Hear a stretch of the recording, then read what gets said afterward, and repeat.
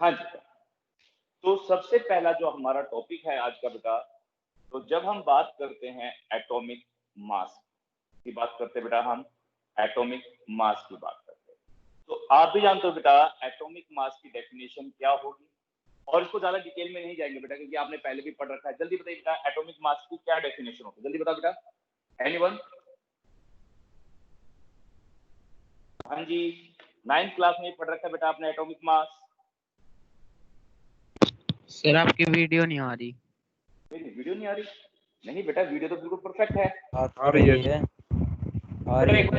बेटा एक काम करो, जिनकी वीडियो नहीं आ रही एक बार डिस्कनेक्ट करके वापस से कनेक्ट हो जाओ, मैं आपको लॉबी से उठा लूंगा, कोई दिक्कत नहीं है, अभी हमारे पास फुल टाइम है। ठीक है बेटा, चलिए बेटा बोलो। The mass of an atom of a The particular mass of an atom of a chemical element. चलिए बेटा शुरू करते हैं। देखिए बेटा atomic The mass mass of an atom of a particular substance. With respect to किसके रिस्पेक्ट में हम बात करते हैं इस एटॉमिक मास को? हाँ जी बेटा। Chemical and physical properties. Hydrogen. It is 1 experiment by approximate equivalent. हाँ 1/12 mass of carbon 12 atom. Carbon C12 carbon isotope. ठीक है बेटा, ये जब भी हम किसी भी एटॉमिक मास निकालते हैं किसी भी एलिमेंट का, तो हम हमेशा उसको कंपेयर करते हैं 1/12 mass of C12 carbon isotope के साथ उसको रिलेट किया जाता है। तो हमेशा जिस भी एलिमेंट का जब आप एटॉमिक मास निकालते हो तो वो हमेशा आप क्या निकालते हो? रिलेटिव एटॉमिक मास निकाला जाता है। ये बेटा किसी भी एलिमेंट का हम एटॉमिक मास नहीं निकालते, एटॉमिक मास की जगह हम क्या निकालते हैं? रिलेटिव एटॉमिक मास कैलकुलेट होता है, और वो रिलेटिव एटॉमिक मास किसकी हेल्प से कैलकुलेट होता है? C12 carbon isotope. स्टार्टिंग में बेटा जब हम स्टार्टिंग की बात करते हैं तो स्टार्टिंग में ये नाइट्रोजन के प्रेजेंस से किया गया था, देखिए नाइट्रोजन के कंपैरिजन में किया गया था, और नाइट्रोजन का कौन सा आइसोटॉप? 40। इसके बाद हम ये कहा गया कि जो फर्स्ट एलिमेंट है वो क्या है? हाइड्रोजन। तो उसके बाद हमने रिलेटिव एटॉमिक मास निकाला with respect of hydrogen. But बाद में इन दोनों के पास क्या है? हाइड्रोजन के पास क्या हो गया कि कई ऐसी वैल्यूज थी जो डिस्ट्रैक्ट हो गई बेटा। तो उसके बाद हमने क्या करा कि एक हमें निकला कि मोस्टली जितने भी हमारे पास कंपाउंड्स होते हैं उनके अंदर याद रखना, जितने भी हमारे पास ऑर्गेनिक और इनऑर्गेनिक कंपाउंड्स होते हैं मोस्टली कंपाउंड्स के अंदर क्या होता है बेटा? कार्बन प्रेजेंट होता है, और ये इसके रिस्पेक्ट में हमेशा हम क्या निकालते हैं? इसलिए इनका क्या निकाला जाता है? Relative atomic mass. ठीक है बेटा, तो जैसे हम बात करते हैं हाइड्रोजन का, जो हाइड्रोजन का रिलेटिव एटॉमिक मास होता है कितना होता है बेटा? बता सकते हैं आप लोग? 1। ठीक है बेटा, यानी एक्चुअल में जो होता है 1.0004 U होता है, तो इसको हम क्या करते हैं? अप्रोक्सीमेटली इसको 1 U ले लेते हैं। तो बेटा जो हमारे इंपॉर्टेंट है सिर्फ वो लिखोगे यहाँ पे। हाइड्रोजन की बात करते हैं, इसके बाद कार्बन का कितना होता है बेटा? 12। बिल्कुल सही, क्योंकि बेटा हम यहाँ पे अप्रोक्सीमेट की बात करेंगे, एक्यूरेट की बात नहीं करते, प्रिसाइज की बात नहीं करते। इसके बाद हमारे पास नाइट्रोजन आता है, ऑक्सीजन, नाइट्रोजन बेटा 14 बिल्कुल सही, 14 बिल्कुल सही, 16 नेक्स्ट बेटा ऑक्सीजन के बाद आता है आपका सोडियम की बात नहीं करते। हाँ जी बेटा, सोडियम की क्यों नहीं बात करते वो मैं आपको बताऊंगा। इसके बाद जब हमारे पास आता है बेटा, ये मोस्टली बस इतने याद रखिए अभी इतनी। इसके बाद हमारे पास आता है सल्फर का कितना होता है बेटा? 32 बिल्कुल सही बेटा, 32 कार्बन का 16 एटॉमिक नंबर होता है, और यहाँ पे हम बात करते हैं रिलेटिव एटॉमिक मास। ठीक है बेटा, अब ये हो गया हमारे पास रिलेटिव एटॉमिक मास। इसके बाद हम निकालते हैं बेटा मॉलिक्यूलर मास। ध्यान से सुना बेटा, मॉलिक्यूलर मास हम हमेशा किसका निकालते हैं? मॉलिक्यूल्स का। किसका निकालेंगे बेटा? मॉलिक्यूल्स का। और मॉलिक्यूल्स हमारे पास जैसे हो गए H2O। ठीक है बेटा, ये आपको आता होगा निकालना, नहीं तो मैं एक बार बताता हूँ बेटा, एक छोटी सी एक हम बताते हैं, हेल्प कर। बिल्कुल सही, वेरी गुड। 18 ग्राम 18 ग्राम नहीं बेटा 18 U. बिल्कुल सही, 18 U ग्राम बताया, अभी बताऊंगा मैं आपको ग्राम 18 U। बिल्कुल बेटा, देखिए यहाँ पे सबसे पहले हम बात करते हैं हाइड्रोजन कितने, हाइड्रोजन 2 हैं और हाइड्रोजन का रिलेटिव एटॉमिक मास कितना होता है 1, और ऑक्सीजन क्योंकि एलिमेंट दूसरा होगा तो प्लस लगा देते हैं 16।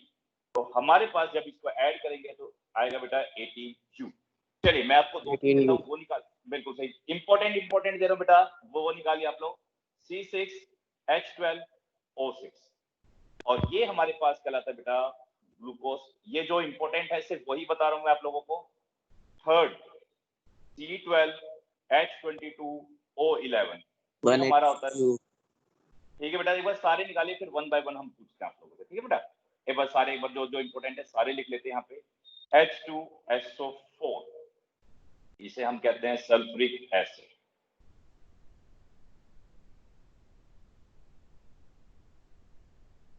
स्विफ्ट HNO3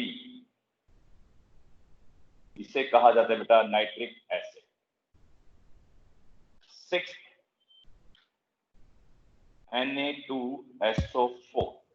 हाँ जी बेटा, एक चीज और बताता हूँ, यहाँ पे सोडियम का और बता देते हैं। सोडियम का एटॉमिक मास होता है 23। हाँ जी बेटा।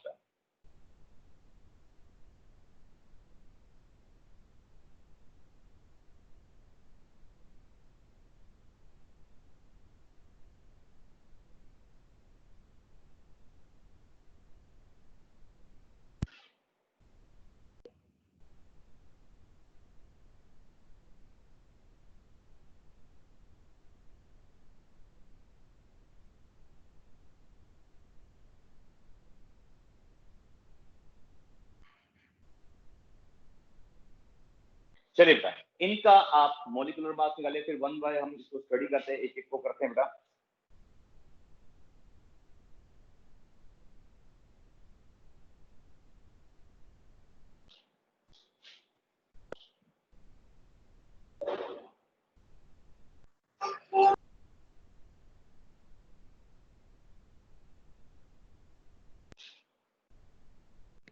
हाँ जी बेटा, जिन जिन बच्चों का हमारा मैच करेगा उनके लिखते चले जाएंगे हम। चलिए सर 180U है इसका। चलिए 180U Sir, 180U. 180U तो मैं एक काम करता हूँ, मैं बाय नेम दो भाई, जिन जिन बच्चों को मुझे याद है, कुछ बच्चों के याद हो जाते हैं क्योंकि जैसे उस दिन मेरे को 2-3 बच्चों के नाम याद हो गए, तो कुछ एक बच्चों से हम पूछ लेते हैं, कुछ एक ऐसे ही रैंडमली पूछ लेंगे। अब आपका रिजल्ट भी बेटा देखो, आज कल 12th का आ गया है, आपका रिजल्ट मोस्ट प्रोबेबली कल तक आ जाएगा, मोस्ट प्रोबेबली, नॉट 100%, या तो कल शाम तक या परसों सुबह तक है, ठीक है बेटा। तो भाई सारे बच्चे भाई टेंशन मत लेना, पहले बता रहा हूँ रिजल्ट अच्छा ही आएगा। कभी कई बच्चे क्या होता है टेंशन ले लेते हैं, भाई इस बार परसेंटेज कम आ गया, कोई बात नहीं। आपका बेटा जब 10th की बात करते हैं, 10th का काम क्या होता है, सिर्फ आप साइंस स्ट्रीम, कॉमर्स स्ट्रीम या आर्ट स्ट्रीम लेना। इसके बाद ये क्या होता है कि ये स्ट्रीम मिल गई, अब इसके ऊपर फोकस करना होगी। 12th क्लास में आपके जितने अच्छे परसेंटेज होगी उतनी अच्छी आपकी बिल्डअप होगी। चलिए, इसका आपने बताया मेरे को 180U, ठीक है बेटा। नेक्स्ट बात करते हैं sucrose. 320 342. Sir 342. 342U. Next H2SO4 98. 98U. 98U very good बेटा। HNO3 63U 63U. 63U बेटा 63U। Na2SO4 140 140 141 142 बिल्कुल सही बेटा, 142U आता है इसका। Na2SO4.10H2O,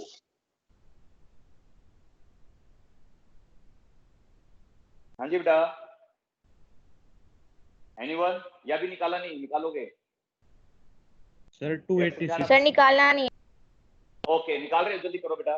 सर निकालना नहीं है। चलिए, किसी एक बच्चे ने मुझे बताया 286U, चेक करते बेटा एक बार, जल्दी जल्दी कीजिए दोनों को।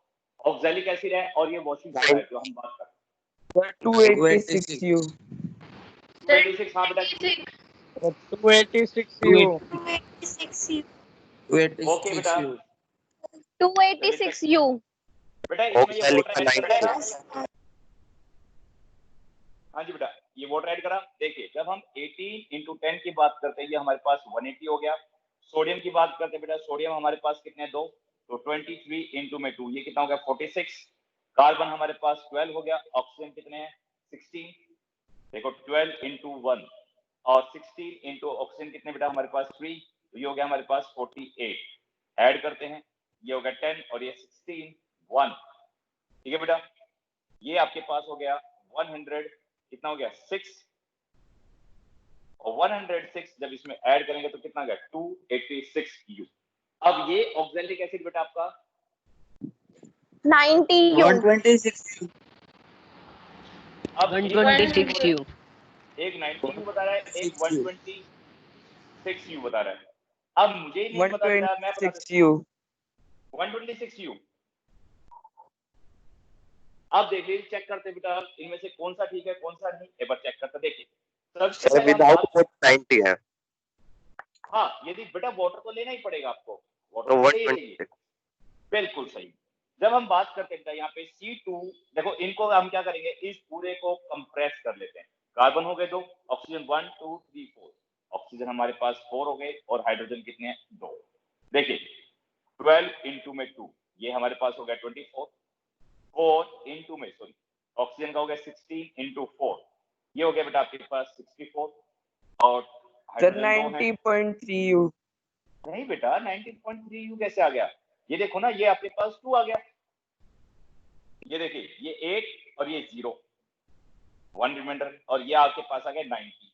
ये तो सिर्फ इसका आ गया हमारे पास। अब वाटर की बात करते हैं, वाटर आपको पता है 18 होता है, और 18 को किससे मल्टीप्लाई करना है 2 से। 126 U बिल्कुल सही बेटा 126 U। तो ये हमारे पास 126 U. वेरी गुड बेटा, तो ये हमारे पास 126. 6 U आ जाएगा बेटा। ठीक है बेटा, तो अब हम बात करते हैं सेकंड टाइप। ये हमारे पास है बेटा एटॉमिक मास हो गया। सेकंड हमने कर दिया कौन सा इसमें सेकंड वाला हमारे पास molecular mass, atomic mass unit. और इनकी बेटा स्टार्टिंग में जब हम एटॉमिक मास की बात करते हैं, स्टार्टिंग में इसकी यूनिट A and U से रिप्रेजेंट करते हैं, एटॉमिक मास यूनिट। ये भी आपने 9th क्लास में सीखा था, बट बाद में इसको क्या कह देगा, इससे रिप्रेजेंट कर देगा U से। और U हमारी फुल फॉर्म क्या होती है, यूनिफाइड मास। ये फुल फॉर्म होती है यूनिफाइड मास।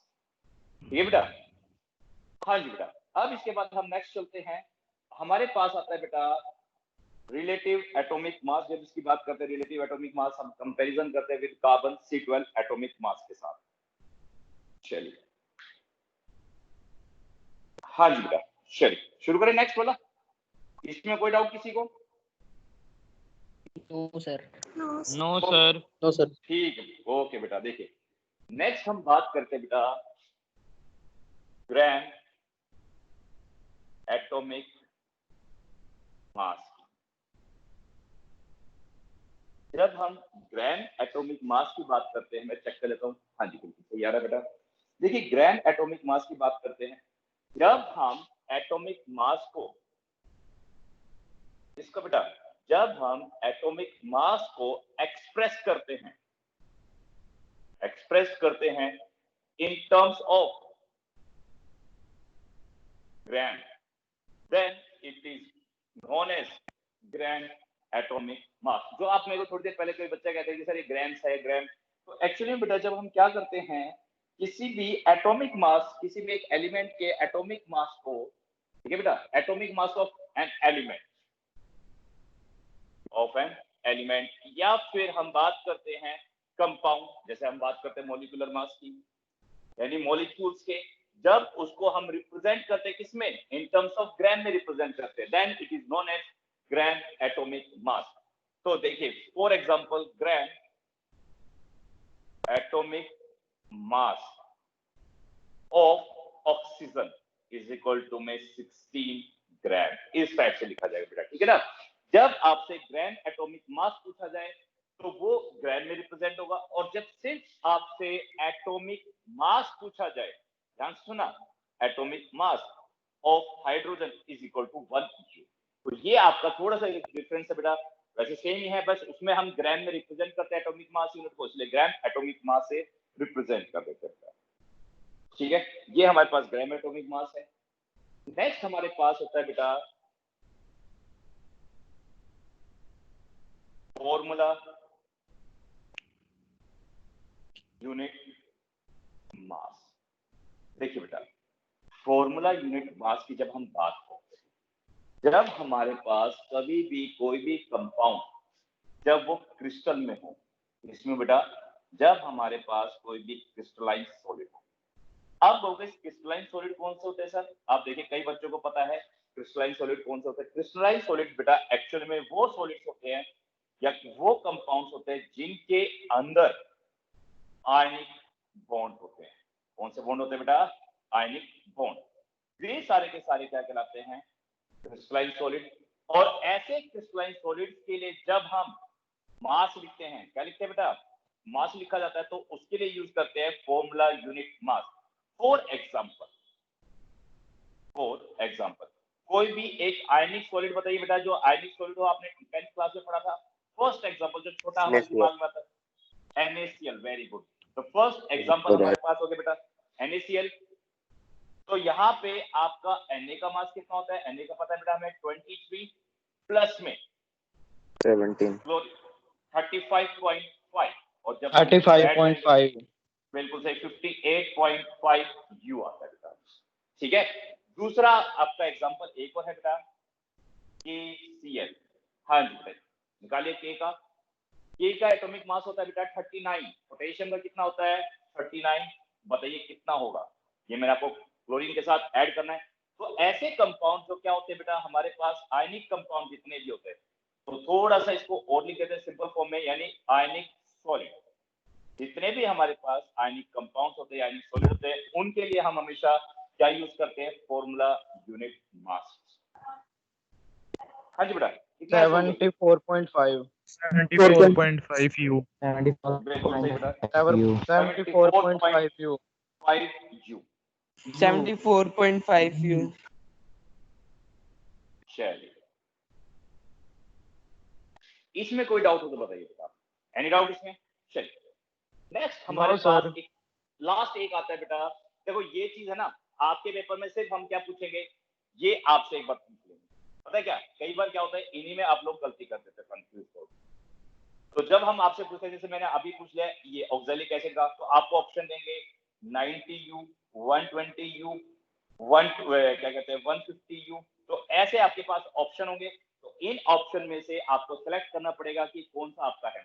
तो इसका क्या करेंगे बेटा, हम एक आपको एग्जांपल के तौर पे, यानी 10 मार्क्स का, ठीक है। आज हमारे पास ट्यूसडे है, कल जो जितना भी होगा, तो संडे को आप लोग फ्री रहना। संडे को देखिए, मैं पहले कह रहा हूँ, संडे को आप लोग फ्री रहना। मैं टाइमिंग बता देता हूँ आपको। टाइमिंग आपकी होगी बेटा, क्लास हमारी 11 से 12 होते हैं, तो चलिए 11 से 12 की बात करते हैं। 11 से 12, तो मुझे सिर्फ आपके 20 मिनट चाहिए इस 11 से 12 के बीच में। ध्यान सुना, टाइम लिमिट 11 से 12 के बीच में मुझे सिर्फ आपका एक चाहिए बेटा। मैं आपको गूगल फॉर्म के ऊपर एक टेस्ट सेंड करूंगा, टेस्ट करके, जिसमें आपको अपनी ईमेल आईडी डालनी होगी। वो आप पता लग जाएगा, आपको स्टार मार्क आ जाएगा, आपको वो चीज फिल करनी होगी। और उसमें इस टाइप के क्वेश्चन दूंगा आपको कि इसके ऑप्शन क्या होंगे, इस टाइप से क्या होंगे। ठीक है बेटा, तो वो आपको मुझे वे आपका टेस्ट होगा मैक्सिमम से मैक्सिमम 20 मिनट्स, उस पर लिखा होगा 20 मिनट्स दिए जाएंगे टेस्ट करने के लिए आपको। ठीक है बेटा, तो 11 से 12 के बीच में आप ये 20 मिनट निकाल लेना अपने मेरे लिए। ठीक है बेटा, आपका टेस्ट होगा उसके। दोबारा बताना क्या होगा सर? बेटा देखिए, मैं ये कह रहा हूँ कि आप 11 से 12 के बीच में सिर्फ 1 घंटा निकाल लेना। ठीक है ना बेटा, 11 से 12 के बीच में जब मैं कह रहा हूँ, एक हम क्या करेंगे, एमसीक्यू बेस्ड क्वेश्चन लेंगे, टेस्ट लेंगे। एमसीक्यू बेस्ड आपका एक टेस्ट होगा। ठीक है बेटा, जिसमें आपका क्वेश्चन जो आएंगे वो होंगे सिग्निफिकेंट फिगर्स के ऊपर, significant figure. Second, mole concept, क्योंकि जो हमने करा बेटा उसी पे देंगे हम। तीसरा जो पार्ट, अभी स्मॉल कॉन्सेप्ट आज शुरू करेंगे हम और कल भी होगा। और तीसरा हम इसके ऊपर करेंगे atomic mass and molecular mass. तो इन 3 टॉपिक्स के ऊपर, atomic mass and molecular mass, तो इन 3 टॉपिक्स के ऊपर आपका एक टेस्ट होगा and that test is of 10 marks. और ये 10 मार्क्स आपके 10 क्वेश्चन कंटेन करते हैं और आपको मिलेंगे 20 मिनट इसको सोल्व करने के लिए। ठीक है, मैं आपको संडे को 11 से 11 बजे एग्जैक्टली 11 बजे एक लिंक सेंड करूंगा बेटा। मैं दोबारा बता रहा हूं, मैं आपको एक लिंक सेंड करूंगा, वो लिंक आपको फिल अप करना। उसको जैसे क्लिक करोगे वो गूगल फॉर्म की फॉर्म में होता है बेटा, उसको हम गूगल फॉर्म कहते हैं। ठीक है, तो ये टेस्ट आपका एक कंडक्ट होगा, ये एक ट्रायल टेस्ट होगा हमारा, ट्रायल, क्योंकि जब हम ट्रायल की बात करते हैं तो ट्रायल ले लेते हैं, उसके बाद नेक्स्ट किसी भी एक दिन को डिसाइड करके हम एक आपका टेस्ट रख लेंगे अपने टाइमिंग के बीच में।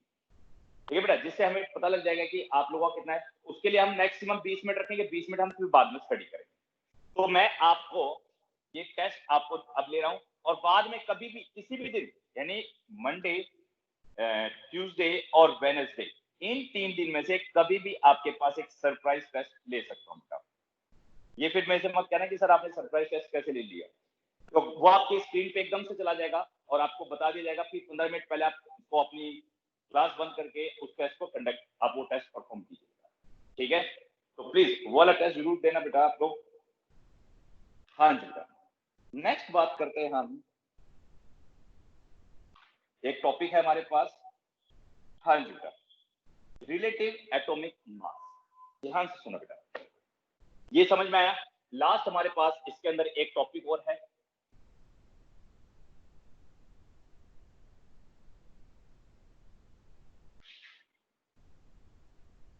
रिलेटिव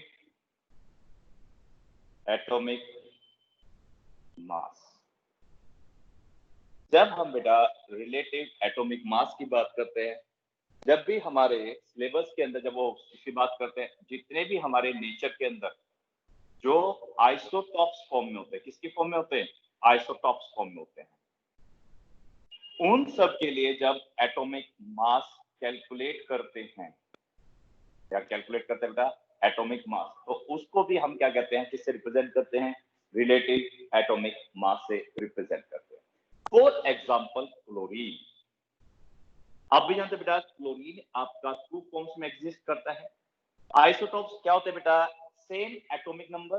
हाँ जी बेटा, आइसोटॉप्स क्या होते हैं, those molecules which have same atomic number but different, हाँ जी बेटा, but mass different number, atomic mass, mass number, mass number different mass number 35 और 37, ये इसके डिफरेंट मास नंबर हो गए बेटा। तो ऐसे एलिमेंट्स का जब हम निकालते हैं तो उसके लिए जो कैलकुलेट होता है atomic mass, that is called relative atomic mass. और ये मेरे ख्याल से आपका 9th क्लास में भी सेम एज इट इज एक टॉपिक था। ठीक है बेटा, तो देखिए क्वेश्चन क्या है हमारे पास, मैं क्वेश्चन लिख देता हूं, और 9th क्लास का लिखूंगा, 9th किताब मेरे पास 9th क्लास की किताब है। चलिए क्वेश्चन क्या है बेटा, क्वेश्चन ये है, chlorine occurs as 2 isotopes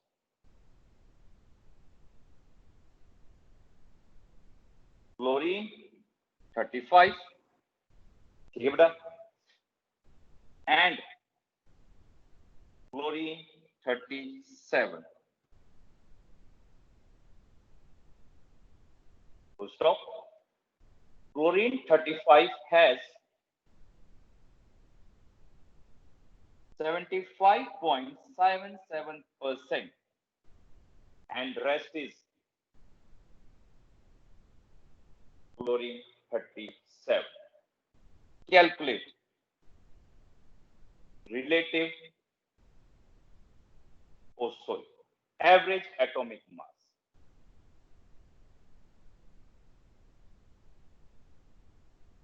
of chlorine। चलिए बेटा, ये आप मुझे करके दिखा दीजिए, नहीं आएगा फिर मैं करके दिखाता हूं आपको। मैं 3 मिनट देता हूं सोल्व करने के लिए, और फिर उसके बाद फिर मैं सोल्व करके दिखाता हूं कैसे करते हैं। ये आपके पास 10th क्लास में, 9th क्लास में एनसीईआरटी का एक्सरसाइज क्वेश्चन है। ठीक है बेटा, एनसीईआरटी का एक्सरसाइज क्वेश्चन है, कीजिए बेटा जल्दी।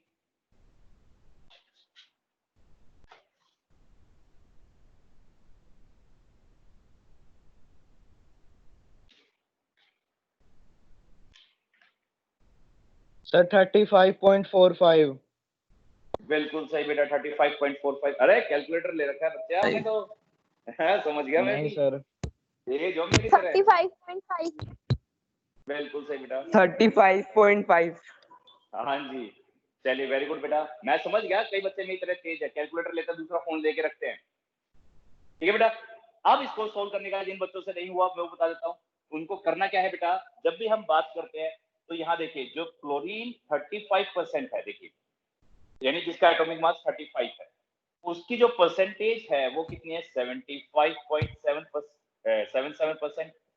और क्लोरीन 37 जो हमारे पास है, तो 100 में से क्या करेंगे इसको, जैसे 100 में से माइनस कर देंगे बेटा तो हमारे पास आएगा 24.23%।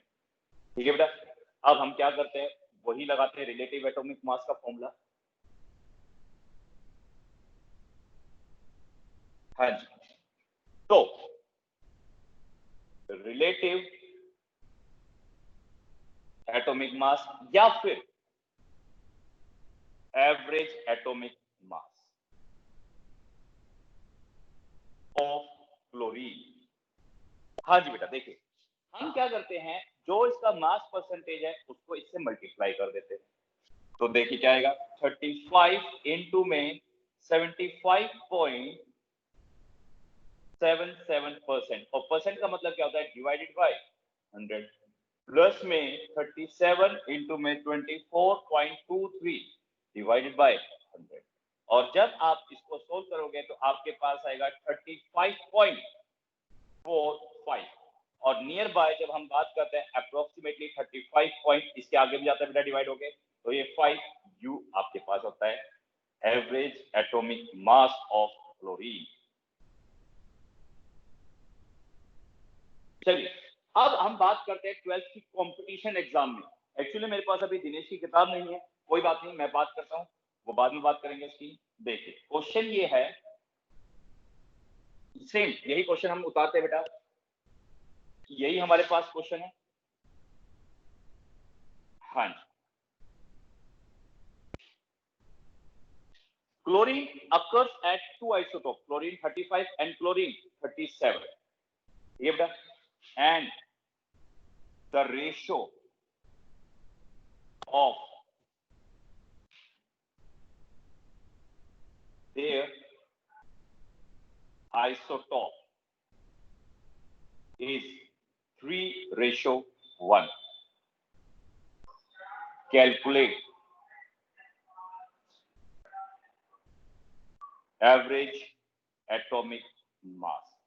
ये बेटा आपका जितने भी हमारे पास आईआईटी के बच्चे हैं, 2000 जब हम बात करते हैं जेई की, आप किताब निकाल के देखना, जेई के 2017 के अंदर तो 2015 में आपके मेंस के पेपर के अंदर आया हुआ क्वेश्चन, ये वाला क्वेश्चन। चलिए बताइए बेटा, ऑप्शन आपके आंसर तो आपको पता ही होगा, तो ऑप्शन आपसे पूछ लिया, ऑप्शन में दे दीजिएगा, आप सोल्व करने के लिए कह रहा हूँ, ये सोल्व करके दिखाइए। मेरे पास अभी दिनेश वाली किताब नहीं है, नहीं तो एग्जैक्टली बताता कब का क्वेश्चन है, मेंस में आया हुआ है या प्री में आया हुआ है। चलिए बेटा जल्दी कीजिए मेरे क्वेश्चन।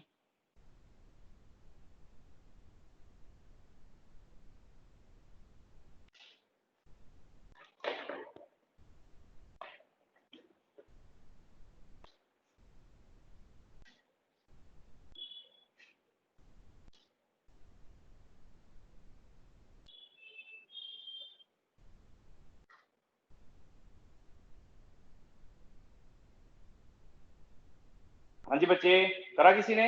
ये मुझे ही कराना पड़ेगा डायरेक्ट फॉर्मूले से। सर मैं बताऊं, हाँ बेटा बोलो।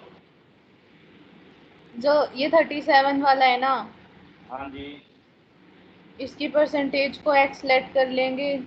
अरे नहीं, ये देखो ना डायरेक्टली, देखो मैं आपको बताता हूँ, जब भी ऐसे क्वेश्चन आए तो आप डायरेक्ट सोल्व कीजिए। देखिए जैसे हमने इसके मास को हम मान लेते हैं ए, ठीक है, एटॉमिक मास इसको मैंने ए मान लिया, और इसको मैंने मान लिया बी, यानी 37 को बी मान लिया। इस रेशियो को आप मान लीजिए, वो जो आपने 10th क्लास में पढ़ा था, इसको मैं एम मान लेता हूँ और इसको क्या मान लेते हैं, एन। तो डायरेक्ट फॉर्मूला देखिए, ए इंटू में एम, क्योंकि बेटा ये रिस्पेक्टिवली की बात करें, क्योंकि रेशियोज का ये और ये है, यहाँ पे रिस्पेक्टिवली थोड़ा सा मैं लिख लेता हूँ, और प्लस ये आपके पास बी है, और बी को किससे, क्योंकि सेकंड रेशियो एन है, तो बी इंटू में n divided by m plus n. अब मुझे सोल्व करके दिखाइए बेटा आंसर क्या है, जल्दी बताओ। ये मैंने आपके लिए 35.50 सेम आया बेटा 35 into में 3 0.5 plus u 37 into में 1 divided by 3 plus 1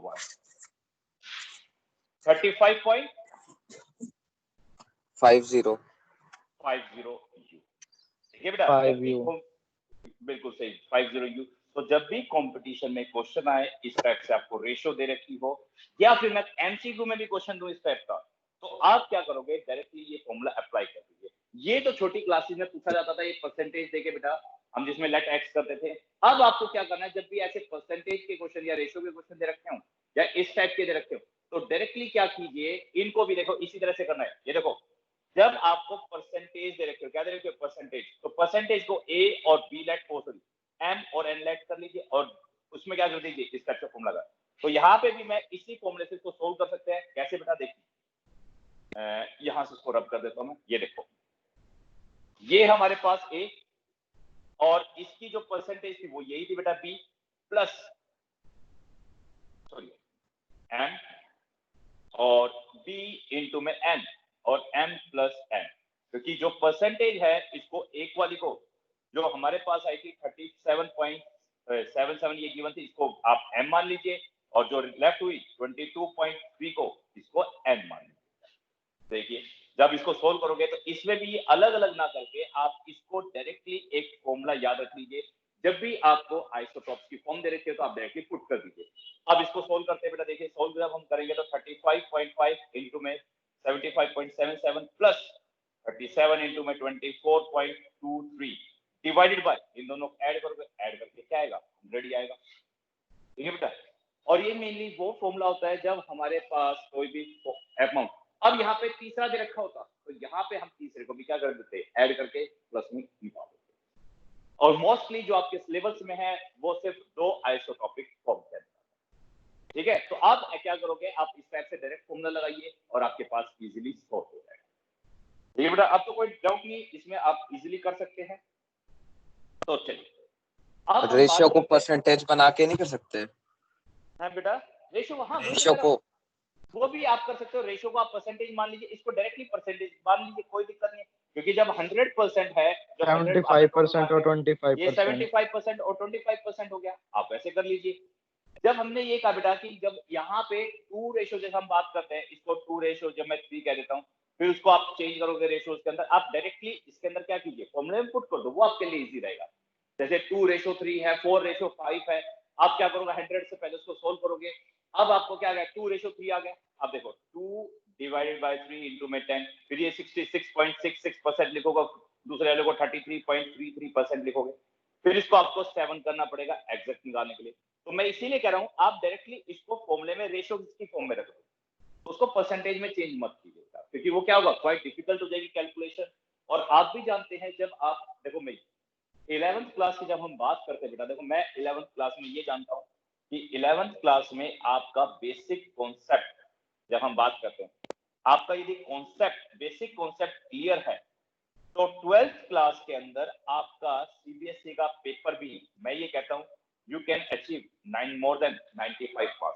यदि आपका यहीं पे बेसिक कॉन्सेप्ट क्लियर नहीं हुआ, ये मार्क्स आप भूल जाइए, कभी नहीं आ सकते, क्योंकि 95% से ज्यादा आएंगे मार्क्स। और मैं भी बताता हूं कि केमिस्ट्री में मोस्टली आप पूछ सकते हैं, मोस्टली बच्चे जब भी हम क्लियर करते हैं, जिन बच्चों का 11th क्लियर होता है कॉन्सेप्ट, वही 12th में 95 अचीव कर सकते हैं। और वही बच्चे आईआईटी के अंदर या हम बात करते हैं नीट के अंदर केमिस्ट्री में जितने भी क्वेश्चंस आते हैं बेटा, जब 40 क्वेश्चंस आते हैं, जब हम जेई की बात करते हैं उसकी बात करते हैं, मेंस में अलग क्वेश्चन आते हैं, परसेंटेज बढ़ जाती है, नीट में थोड़े ज्यादा क्वेश्चन आ जाते हैं, उसमें 100 वो 70 पहले था 50-50 करके आते थे, अब उन्होंने थोड़ा सा और कम कर दिया है। ये बेटा तो इसके अंदर केमिस्ट्री में से मैं ये कहता हूं कि बच्चे 1 या 2 क्वेश्चन में अटकते हैं, 1 या 2 क्वेश्चन में वे सारे क्वेश्चन सोल्व करते हैं। क्यों? क्योंकि बेटा इस टाइप से आप डायरेक्टली छोटे छोटे फॉर्मूले याद रखोगे। अब मैं ये कहता हूँ हमारे स्कूल में से भी कई बच्चे ऐसे होते हैं जो फिटजी ज्वाइन कर लेते हैं, आज वो फिटजी हो गया, ये वीएमसी क्लासेस हो गई, या फिर हम बात करते हैं ये आकाश ज्वाइन कर लेते हैं, और वो सिखाते क्या बेटा, वो भी यही फॉर्मूला सिखाते हैं हम जो सिखा रहे हैं आपको। उनका मतलब क्या होता है, बेसिक कॉन्सेप्ट को क्लियर करना कि इस आप जैसे पूरा आपने समझा छोटी क्लासेस में, उसको छोटे फॉर्म में क्या करते हैं हम अप्लाई करते हैं। ठीक है बेटा, तो आप लोग को मैं पहले बता रहा हूँ बेटा, यदि कॉन्सेप्ट आपके क्लियर हो जाते हैं तो फिटजी के अंदर आप फिटजी कर लीजिए, कहीं कर लीजिए, वो भी ऐसे ही कराएंगे आपको, केमिस्ट्री कोई अलग नहीं कराएगा, कंफर्म मैं कह रहा हूँ। जितना मैं आगे कराऊंगा देख लेना। एक्चुअली में क्या है बेटा, हमारे पास लिमिटेड ऑफ टाइम होता है, इसलिए देखो आप तीन क्लास है और एक घंटे की क्लास है, और वहां पे क्या होती है, एक दिन में 3 घंटे की क्लास ले लेते हैं और 2 दिन चलते नहीं, 6 घंटे, मतलब डबल टाइम हमसे ज्यादा ले रहे हैं। तो सिलेबस भी भाई वो थोड़ा सा खींच सकते हैं। अब हमने क्या कर दिया, मैंने आपको कहा कि हमारे सिलेबस में जो टॉपिक नहीं आ रहे, जैसे law of conservation of mass होगी या लॉ ऑफ कांस्टेंट प्रोपोर्शन हो गए, तो उनके ऊपर भी न्यूमेरिकल्स आते हैं बेटा, बट सिलेबस में नहीं है, तो मेरे यहाँ पे बाउंडेशन आ जाती है। बट उनके लिए ऐसी कोई बाउंडेशन नहीं है, वो इसलिए थोड़ा सा एक्स्ट्रा करा देते हैं। बट ये मत सोचिए मैं नहीं कराऊंगा, बिल्कुल मैं आपको वो कराऊंगा, बट उसके लिए मैं आपको 10 से 15 मिनट देंगे, उसको ज्यादा नहीं देंगे, बट वो इन द एंड करेंगे जब ये चैप्टर हमारा वाइंड अप हो जाएगा। वो अलग टॉपिक है बिल्कुल, जो हम लॉज की बात कर रहे हैं। ठीक है बेटा, चलिए आप बात करते हैं मोल कॉन्सेप्ट। हाँ जी बेटा देखिए,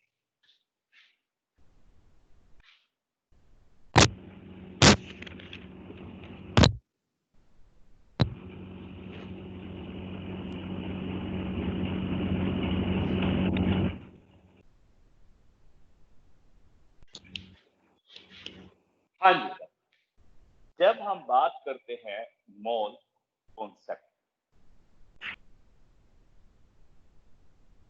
देखिए सिंपल सा, जब हम बात करते हैं इसके अंदर मोल, ये मोल हमें क्या बताता है बेटा, अमाउंट ऑफ सब्सटेंस। इसके बारे में बताता है बेटा, अमाउंट ऑफ सब्सटेंस के बारे में बताता है। और इस मोल की जो यूनिट होती है, मोल की जो यूनिट होती है बेटा, ये होती है MOL, मोल। ठीक है, आप कहोगे सर ये तो मोल तो क्या होता है क्या नहीं। देखिए बेटा, मोल को सिंपल तरीके से समझाने के लिए जब हम बात करते हैं, अब मुझे कुछ बच्चों की हेल्प चाहिएगी। आप देखो इस CO2 के अंदर, ध्यान से देखना, इस CO2 की बात कर, आपको दिखाई दे रहा है CO2, इस CO2 के अंदर मुझे बताइए कार्बन के, क्योंकि CO2 क्या है हमारे पास, मॉलिक्यूल। ये बेटा CO2 मॉलिक्यूल है, इसमें कार्बन के कितने एटम हैं बताइए बेटा, इस CO2 के अंदर एक कार्बन, एक एटम। बिल्कुल सही, 1 एटम। बिल्कुल 1 एटम ऑफ कार्बन। इसमें ऑक्सीजन के कितने एटम्स हैं, 2 atom. Two atoms of oxygen. और हम इसके बात करते हैं O2 मॉलिक्यूल, इसके अंदर CO2 के अंदर O2 कितने हैं, 1 एक है सर। Very good. यही तो हमारे पास मोल कॉन्सेप्ट है। यहाँ पे मैंने कहा कितने इसके अंदर कंटेन करता, तो हम यहाँ पे कहते हैं 1 मोल ऑफ CO2, यानी एक अमाउंट ऑफ CO2 बेटा कंटेन करती है, यहाँ पे दूसरे पेन से लिख देते हैं इसको, अलग से आपको समझ में आएगा, कंटेन करती है बेटा 1 mole of carbon, 1 mole of oxygen atom and 1 mole of O2 molecule. अब बताइए मोल कॉन्सेप्ट समझ में आई, ये वाला सिंपल सा। अभी बेसिक तरीके से आपको समझा रहा हूं बेटा, तो इसके हम डायरेक्ट तरीका करें, इसमें किसी को कोई डाउट हो तो बताइए बेटा, समझ में आया इतना? Yes sir. Yes sir. अब हम सेकंड थिंग की बात करते हैं बेटा। देखिए अब मैं बताता हूँ बेटा, ये तो हम बात कर रहे हैं इन टर्म्स ऑफ मोल की, अब उसके बाद हम एवोगैड्रो की बात करेंगे इन टर्म्स ऑफ एवोगैड्रो नंबर। अब ऐसे बेटा मुझे बताइए 1 mole of H2O molecule contain, देखिए मैं क्या क्या पूछूंगा आपको वही बताना है। कंटेन हाइड्रोजन के कितने एटम हैं, हाइड्रोजन के कितने मॉलिक्यूल हैं, ऑक्सीजन के कितने एटम हैं। हाँ जी चलिए 1 by 1।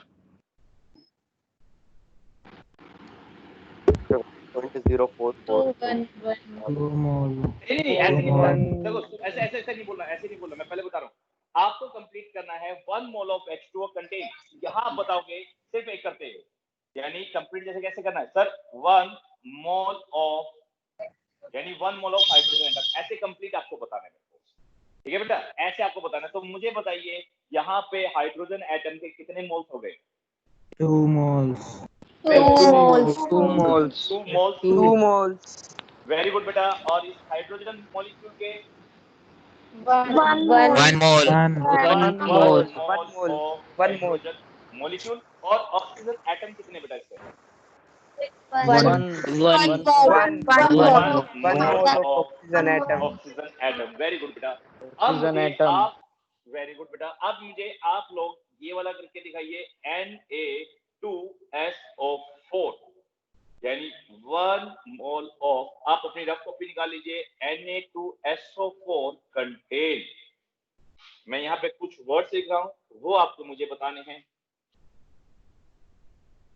Mole of sodium atom, चलिए, 2 सल्फर एटम,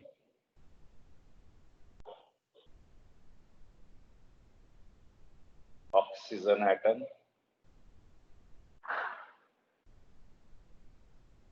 थोड़ा सा इसमें हम धीरे धीरे कॉम्प्लेक्स की तरफ चलते चले जाएंगे। पहले सिंपल से बताएंगे, उसके बाद कॉम्प्लेक्स की तरफ करेंगे। तो बेटा मोल्स का सिंपल सा मतलब होता है अमाउंट ऑफ सब्सटेंस, यानी इस CO2 के अंदर हमें बतानी है किसी भी सब्सटेंस की, यानी कार्बन की, ऑक्सीजन की पूरी एक्सप्लेनेशन वो हमें बता दे, तो उसकी बात करते हैं। चलिए, वो मैंने आपके सामने लिख दिया बेटा, तो वो आपको बताना है कि इसके अंदर क्या क्या कितना प्रेजेंट है। चलिए, आपको मैं 1 मिनट देता हूं, आप कीजिए, फिर उसके बाद हम इसको एक्सप्लेन करें। Sir, 2 mole of sodium atom. 2 mole of nitrogen. 2 mole of sodium 2 atom. mole of sodium mole of atom. Sodium atom, sulphur 1 1 1 mole of 1 mole of 1 sulfur mole atom. sulfur atom. बिल्कुल सही। 4 और mole of देखिए, oxygen. 4 4 mole 4 of mole of oxygen atom. 4 4 mole mole of of atom. 2 2 mole of mole of oxygen oxygen One atom. mole of 2 molecule. mole of 2 mole of molecule. molecule. O2 2 moles of O2 molecules. Very good बेटा, Molecule. यानी आपको बिल्कुल सही mole concept simple sir, भाषा में समझ। हाँ बेटा बोलो।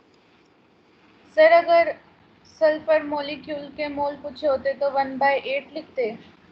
देखिए बेटा, जब हम सल्फर की बात करते, देखो यहाँ सल्फर की मॉलिक्यूल की बात करते, अभी हमें नहीं, देखो इस मॉलिक्यूल की बात कर रहे हो बेटा, आपसे S8 नहीं कह रहा, S8 मॉलिक्यूल नहीं बोल रखा, आपसे ये नहीं कह रहा कि वो स्टैंडर्ड किस फॉर्म में, हमसे कहा गया है इस Na2SO4 में कितना है। ठीक है बेटा, हम जब बात करते हैं तो सिर्फ इसी कॉम्प्लेक्स को हम स्टडी करते हैं, क्योंकि जब हम बात करते हैं बेटा केमिस्ट्री के अंदर, तो केमिस्ट्री के अंदर जो भी सब्सटेंस आपको दिया गया है सिर्फ हम उसको स्टडी करते हैं। हमें ये नहीं पता ये सल्फर हमारा S8 से आया या S4 से आया या फिर S2 से आया, क्योंकि ये सारी की सारी क्या होती है बेटा, सल्फर की आइसोटॉप्स होते हैं। आपने सिर्फ 10th क्लास में तो आपने सिर्फ ये पढ़ा S8 होता है बेटा, एक्चुअली में हम 12th क्लास में आपको सिखाएंगे सल्फर S2 फॉर्म में भी एग्जिस्ट करता है और S फॉर्म में भी एग्जिस्ट करता है, और जो मोस्ट एबंडेंट अमाउंट में मिलता है आपको वो S8 होता है, और सबसे ज्यादा रिएक्टिव S2 होता है, और S2 के ही सबसे ज्यादा प्रोडक्ट फॉर्मेशन होते हैं। तो अब मैं आप बताओ, तो अब जब मैं हायर क्लासेस में जब आप आ गए तो सल्फर को इसके साथ कंपेयर करें या इसके साथ करूं या इसके साथ करूं, नहीं कर सकते, इसलिए हम ऐसे में किसी के साथ इसको कंपैरिजन नहीं करते। जब मॉलिक्यूल की बात करेंगे तो इसके अंदर मॉलिक्यूल सल्फर के हाई में, यहाँ सिर्फ क्या है, सल्फर एटॉमिक फॉर्म के अंदर है, यहाँ से मॉलिक्यूल क्या है आपके पास, क्योंकि मॉलिक्यूल जो होते हैं बेटा, आप ध्यान से सुनना, जब भी आपने बताया, हमने आपको 11th क्लास में जब आप बात करोगे, मॉलिक्यूल्स वे ही कंपाउंड बनाते हैं जिनके ऑक्टेट कंप्लीट करने के लिए, जब हम बात करते हैं जितने भी नॉन मेटल्स होते हैं वे अपना क्या बनाते हैं, नॉन मेटल्स।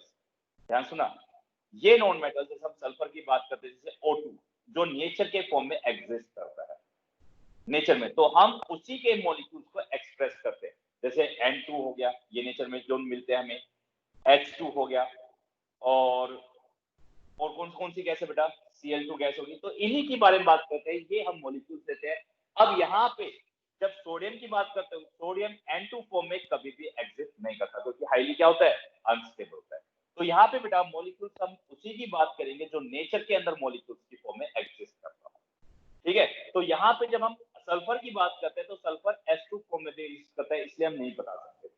तो मॉलिक्यूल्स आपसे पूछा जाएगा तभी आप एक्सप्रेस करोगे, या फिर आपसे पूछा जाए S8 मॉलिक्यूल्स कहा जाए तब उसके रिस्पेक्ट में करोगे तो S8 मॉलिक्यूल्स के मोल्स ऑफ S8 मॉलिक्यूल, तब आप बताओगे, क्योंकि यहां मैंने क्या पूछा आपसे S8, तब इसका आंसर क्या होगा 1/8। यदि मैं यहाँ पे S2 मॉलिक्यूल कहता हूं तो क्या हो जाएगा 1/2। ठीक है बेटा, इस टाइप से। एनी डाउट आप लोगों को? तो यहाँ पे बेटा आपसे जब तक ना पूछा जाए उसके लिए, जब तक आप नहीं बता सकते कि आपसे किसके रिगार्डिंग पूछा गया है। ठीक है बेटा, क्योंकि यहाँ पे आपको हमने क्या दे दी थी, कंडीशन प्रोवाइड करते हैं, उसके रिगार्डिंग हम अब बता सकते हैं बेटा। ठीक है, इस टाइप से। अब कोई डाउट बेटा इसमें मोल कॉन्सेप्ट के अंदर? No sir. ओके, अब हम बात No, ओके sir. बेटा, thank you. No sir. Thank you बेटा। चलिए अब आगे शुरू करते हैं। ये तो हमारा हो गया फर्स्ट टॉपिक। सेकंड टॉपिक की बात करते हैं, इसी के अंदर mole in terms of Avogadro law या एवोगैड्रोस नंबर। और एवोगैड्रोस नंबर को हम रिप्रेजेंट करते हैं बेटा Na से। इससे रिप्रेजेंट करते हैं, इसको हम Na से रिप्रेजेंट करते हैं। और जब हम एवोगैड्रो नंबर की बात करते हैं बेटा, तो सुनिए ध्यान से, एवोगैड्रो नंबर आपके पास कितना होता है, ये तो आपने पढ़ा होगा, अब छोटी क्लासेस में पढ़ा, 9th क्लास में। इसकी वैल्यू क्या होती है एवोगैड्रो नंबर की? 6.022 6.022 बिल्कुल सही, 23। अब ये पार्टिकल्स भी हो सकते हैं, मॉलिक्यूल्स भी हो सकते हैं, कुछ भी हो सकता है बेटा। चलिए, जब हम एवोगैड्रो नंबर की बात करते हैं, इसकी बात करते हैं बेटा एवोगैड्रो नंबर। ध्यान सुनना, जब भी हम 1 मोल की बात करें, इसकी बात करेंगे बेटा 1 मोल, 1 मोल ऑफ अ सब्सटेंस, यानी किसी भी एक सब्सटेंस का, ये सब्सटेंस आपके पास एटम भी हो सकता है,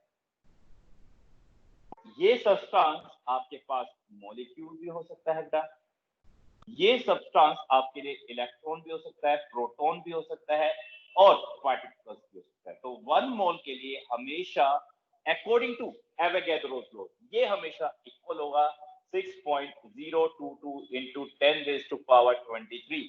यदि एटम है तो एटम्स आ जाएंगे, मॉलिक्यूल्स है तो मॉलिक्यूल्स, इलेक्ट्रॉन है तो इलेक्ट्रॉन, पार्टिकल्स है तो प्रोटॉन्स है तो प्रोटॉन्स, और पार्टिकल्स है तो पार्टिकल्स के लिए रिप्रेजेंट। बात समझ में? For example,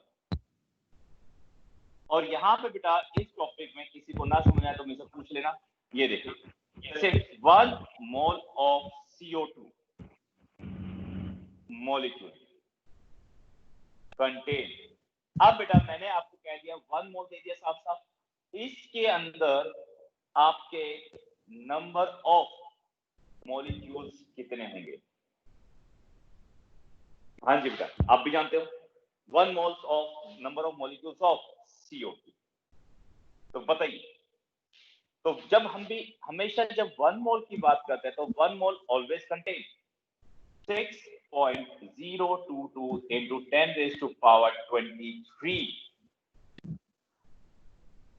6.022 into 10⁻23 molecules of CO2 क्या करता है बेटा? ये कंटेन करता है।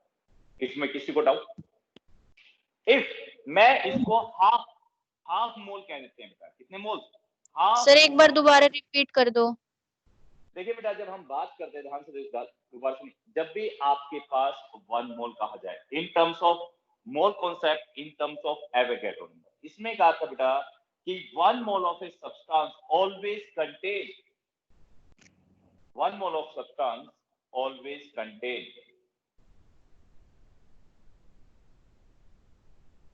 6.022 into 10⁻23 substance of that of substance at constant, इसके लिए याद रखना at constant temperature and pressure क्या होना चाहिए?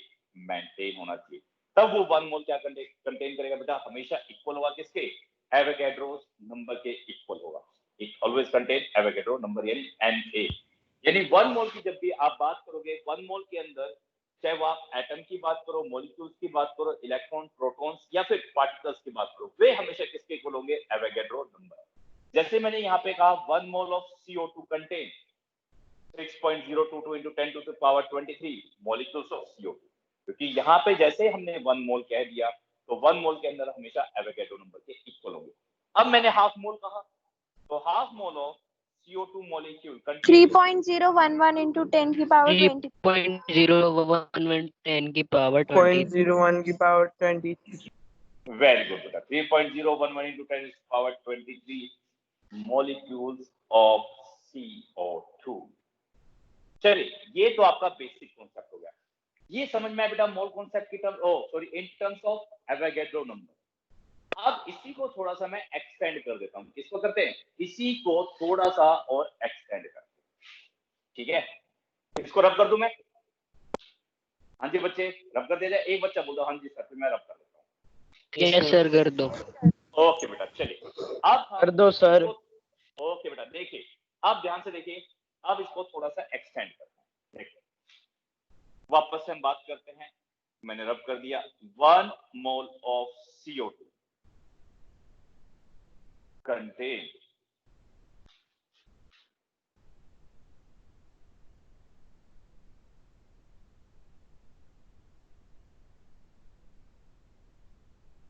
हाँ जी बेटा बताइए इसका आंसर। चलिए बेटा बताओ जल्दी। सर 1 1 हो गया।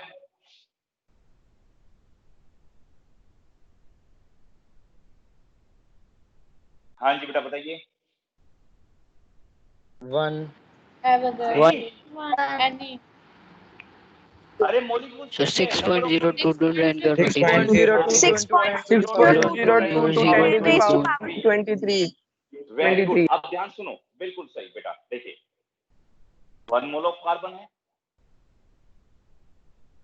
एटम्स ऑफ कार्बन कितने होंगे इसके अंदर? एटम्स ऑफ कार्बन जल्दी बताइए। 6.022 into 10 की power 6.022 into 10 raised to power 23 atoms 23। 1 मोल आ गया। अब इसी के अंदर बेटा मोल्स ऑफ ऑक्सीजन एटम्स और एटम्स ऑफ ऑक्सीजन। चलिए बेटा अब मुझे बताइए कितने मोल्स है CO2 के अंदर? ऑक्सीजन के एटम्स कितने बेटा? 2 मोल्स। वेरी गुड बेटा 2 मोल्स। चलिए ये आपका आंसर आ गया। अब मुझे बताइए इसमें कितने एटम 12.044 into 10 की पावर 23 044। अच्छा चलो मैं आपको एक ऑप्शन देता हूँ बेटा, ऑप्शन देता हूँ 12.044 into 10 raised to power 23 और एक है 1.2044 into 10 raised to power 24 और 1.204 into 10 raised to power 24। मुझे बताइए इनमें से कौन सा आंसर करेक्ट है? First sir first.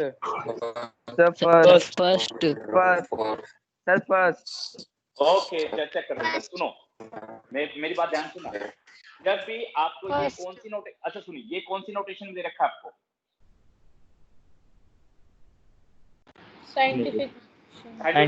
Scientific notation मैंने आपको कहा था एक डिजिट के बाद आपको डेसिमल लगा देनी है। क्या ये वाला फर्स्ट वाला साइंटिफिक नोटेशन को फॉलो कर रहा है बेटा? No sir. तो मतलब जब आप sir. साइंटिफिक नोटेशन को फॉलो नहीं कर रहा तो ये वाला नहीं हो रहा। चलिए अब सेकंड की बात करते हैं। इस सेकंड में जब हम इसका आंसर देखें तो इसमें कितनी सिग्निफिकेंट फिगर्स है? सर 4। इसमें कितनी सिग्निफिकेंट फिगर्स हैं? 5। तो आंसर कितने में आएगा? 5। आंसर कितने में आएगा आप बताओ मेरे को। सर 4 में आएगा। तो 4 में आएगा। तो आंसर 4 में आएगा सर। आंसर लास्ट वाला सही है। 1.204 into 10 की पावर 20।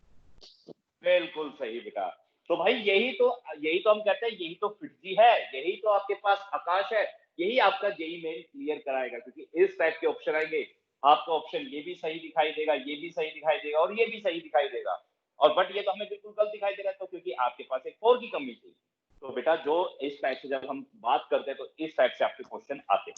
आंसर मैं ये कह रहा हूँ कि अभी जब हम बात कर रहे हैं सीबीएसई लेवल तक तो आपका ये भी ठीक होगा। देखो मैं कहता हूँ एनसीईआरटी में ये आपका आंसर बिल्कुल ठीक है, कोई गलत नहीं करेगा।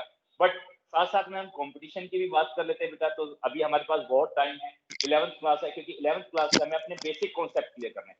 तो जैसे बेटा आपको क्वेश्चन दे रखा है उसी फॉर्मेट में आपको आंसर भी देना होता है, ठीक है। तो यहाँ पे आपके पास दूसरी चीज, पहले साइंटिफिक नोटेशन में दे रखा है, और सेकंड थिंग क्या है बेटा कि हमें सिग्निफिकेंट फिगर्स का भी यूज करना है इसके अंदर, ठीक है बेटा, इस टाइप से। तो आपके पास आंसर हो गया 1.2048 into 10 to the power 24। चलिए अब इसके बाद एक लास्ट चीज और रहेगी इसके अंदर हमारे पास लास्ट चीज क्या है बेटा, सुनिए। हमसे कह रहा है बेटा मोल्स ऑफ O2 मॉलिक्यूल। हाँ जी बेटा बताइए मोल कितने मोल्स? 1 मोल, वेरी गुड। वन और वन सही, इसके अंदर कितने मॉलिक्यूल्स होंगे बेटा O2 के? 6.02 into 10 की power 6.022 into 10 की power raised to 23। Very good बेटा। अब सुनिए, आज का जो आपका क्वेश्चन है वो आप इसके लिए भी लिख के लाओगे, और किसके लिए लिख के लाओगे? इन सब के लिए लिख के लाओगे, यानी इन टर्म्स ऑफ मोल और एवोगैड्रो नंबर, यानी ये सारा का सारा आप इसके लिए भी लिख के लाओगे Na2SO4। और ठीक है बेटा, इसके लिए लिख लेना आप लोग रफ में। और फिर हम क्या करेंगे, क्योंकि जब आपका बेसिक कॉन्सेप्ट दो चीजें मैंने बता दी, अभी एक चीज, दो चीज और बाकी है इसकी। एक इन टर्म्स ऑफ मोलर मास है बेटा, मोलर मास की टर्म्स में रह गया, और तीसरा रह गया यानी लास्ट वॉल्यूम की टर्म्स में एवोगैड्रो नंबर। और जैसे ये आपका कंप्लीट होता है तो मोल कॉन्सेप्ट आपका कंप्लीट हो जाएगा, और फिर उसके बाद मैं न्यूमेरिकल कराना शुरू करूंगा। क्योंकि बेसिक देखो बेटा, मैंने कहा था कि बेसिक तरीके से कराएंगे, तो ये बिल्कुल बेसिक तरीका है इसको समझाने का। तो पहले मैंने दो स्टेप करा दिए हैं। पहला मैंने अमाउंट की टर्म्स में करा दिया, दूसरा मैंने आपको करा दिया एवोगैड्रो नंबर की टर्म्स में, ठीक है बेटा। अब तीसरा हम जब आपको करेंगे तो वो आएगा मोलर मास की टर्म्स से, और लास्ट होगा वॉल्यूम की टर्म्स में। तो मैं ये कह रहा हूं कि जितने भी क्वेश्चन जो आपके आईआईटी के हैं, मैं पहले कह रहा हूं जितने भी आपके क्वेश्चन आईआईटी वाले हैं बेटा, ये सारे क्वेश्चन आप सोल्व कर सकते हो। आपके जितने भी आपके जो भी एक्स्ट्रा बुक है उसमें से आप सोल्व कर लेना, ठीक है बेटा। और जो ना सोल्व हो आफ्टर बेटा कल की क्लास के बाद, मैं कह रहा हूँ कल की क्लास, क्योंकि अभी तो ये हमारे पास 2 बचे हुए, तो बेसिक तरीके से न्यूमेरिकल सोल्व करेंगे, उसके बाद हम कॉम्प्लेक्स की तरफ। जो भी ना सोल्व हो तो मेरे को व्हाट्सएप कर देना, वो मैं आपको आंसर सोल्व करके व्हाट्सएप कर दूंगा। और फिर भी कोई डाउट रहा आपका, नहीं हो पाया, क्वेरी सोल्व नहीं हो पाई, तो वीडियो कॉन्फ्रेंसिंग के थ्रू हम सोल्व करेंगे, ठीक है बेटा। अब इसमें कोई डाउट हो तो बताइए। Na2SO4 आपका होमवर्क रहेगा, वो आपको करना है बेटा, ठीक है। अब इसमें कोई डाउट बेटा? No sir. ठीक है बेटा, फिर हम अपनी क्लास बंद नो करते हैं सर। आज की यहीं पे। ओके बेटा, थैंक यू। तो आज की क्लास यहीं खत्म करते हैं।